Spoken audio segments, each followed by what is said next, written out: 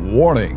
Bitag Live Morning caters to mature audiences. Topics discussed are particularly on hot, timely, current issues purposely intended for Filipino viewers and listeners worldwide. Discussions may contain language that may not be appropriate for some sensitive audiences. If you do not approve of the content listed above, please do not watch our videos. If you wish to continue, we strongly advise that you proceed with caution. Viewer maturity is advised. Mag-ingat ho kayo, baka mapasahan ho kayo ng mga fake na pera. Yung fake money. Alam niyo ho kasi, yun ho mga putok sa buho, mga dorobo na yan, dito ho nanggagaling sa Metro Manila ang pag-manufacture ho ng mga fake money. Ngayon, dinadala ho yan sa probinsya at pagkatapos binibili ho nila yan sa mga dorobo na kung saan dito ho sa Metro Manila at sinisingit ho yan sa mga lihitimong pera para doon ho sa ibang pambayad ho. Lalo-lalo na ho. Kaya ako ho'y nagbibigay ng babala sa inyo kasi baka medyo abala ho kayo. Lalo-lalo na doon sa mga tiyangge. Or di kaya sa mga probinsya na kayo ho'y baka mapasahan ho ng peking pera.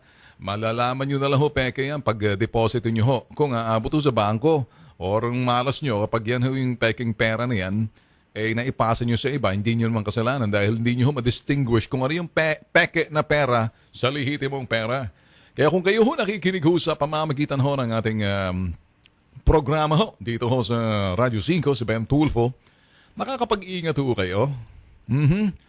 Tandaan ho na ang mga fake money, kalat ho yan pagdating ho ng mga holidays, partikular ho, itong Pasko. Yan ho, sa mga tiyangge, binabayad ho yung mga dorobo. Listo lang ho kayo kung kayo ho'y nagtitinda ho sa mga palengke.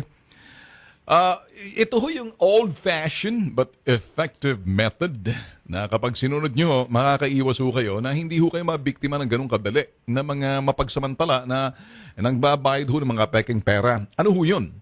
Mga boss, simple lang, kumuha lang ho kayo ng tasa na may tubig dyan, sausaw niyang inyong daliri, pagkatapos ipahid nyo lang ho doon sa peking pera, makikita nyo ho, lalabas yung libag. Mabubura ho yung kulay. Sa totoong peking pera, sa totoong pera pala, pag binahira nyo ng tubig, mabubutas na yung papel, wala pa ho kayo makikitang mancha ng kung ano man tinta na ginamit ho dyan sa peking pera na yan. That's the old-fashioned way. As a matter of fact, nagturo ho sa atin yan, mga taga-Central Bank way back in 2006 at 2005, way back. So, wala, ang totoong papel ho na talagang totoong papel, na mga papel, talagang lihitimong papel na ginagamit sa mga pera, hindi ho ganun kadali na mabutas kasi iba ho yung texture niyan eh. At saka yung mga printing ho, saka yung tinta, di ba? Yung ink na ginagamit sa pag piniprint lang ho yan, kukupas ho eh. Kaya mas maganda ho, kuminsan.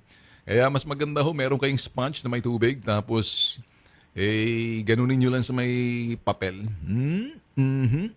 Ayan, malalaman nyo, pag nakita nyo na medyo namamantya, nabubura, ayun ho'y peke.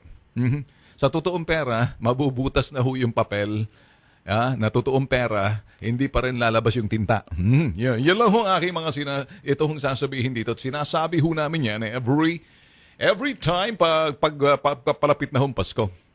Okay? Isa ho dyan sa mga sinasabi nating anti-modus, mga bossing.